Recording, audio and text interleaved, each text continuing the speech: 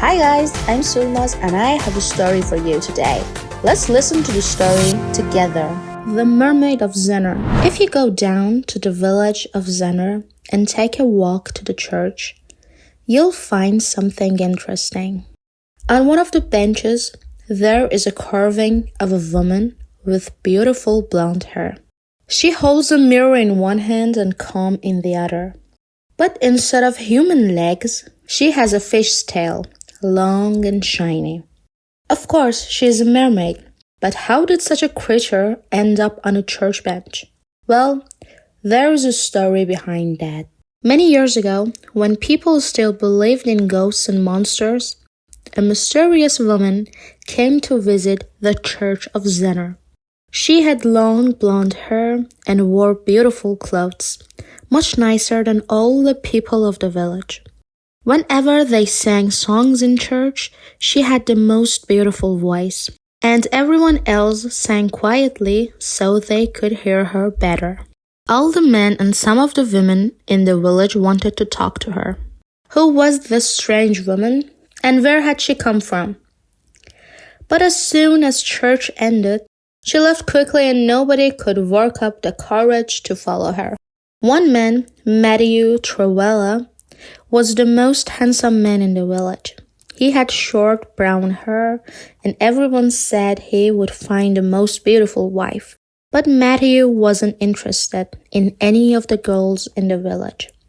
He was only interested in the mysterious woman who visited the church. Many times, Matthew tried to work up the courage to follow her, but something always happened. The priest talked to him, or his friends did. Once or twice he followed her out of the church, but she always disappeared quickly. He couldn't understand where she went. One day, the mysterious woman noticed Matthew. After church ended, she smiled at him and looked at the door. He followed her, and this time she walked slowly, so that he did not lose her. However, he could still not work up the courage to walk beside her. Finally, she came to the cliffs that overlooked the ocean. Matthew went and stood beside her, and they talked for a while. At least, that was what people saw. In the next moment, a cloud of fog arrived, and when it disappeared, Matthew and the mysterious woman were nowhere to be seen. For many years, people looked for Matthew Trovella, but nobody found him. People thought that he must have run away with the beautiful woman, and nobody heard from him again. One day, a ship cast anchor near Zennor. The captain of the ship was an old man with a thick white beard.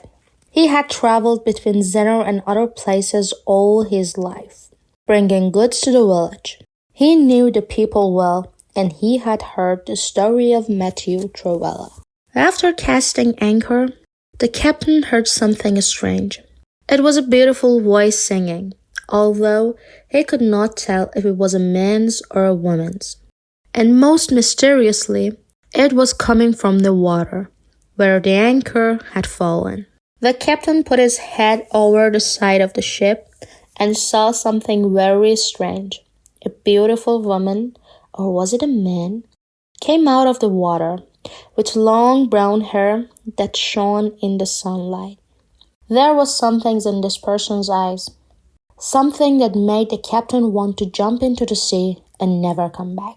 "Excuse me, kind captain," called the person. "I'm afraid you have cast anchor on the door of my house, and I would like very much to go home. Could you raise the anchor again?" The captain looked more closely and saw that, under the water, it was not a person at all. There was a tail. It had to be a mermaid.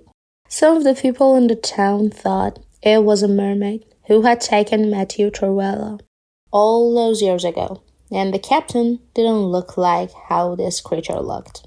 "I will do no such thing," cried the captain. "You are a monster. You are the one who took Matthew Trovella away."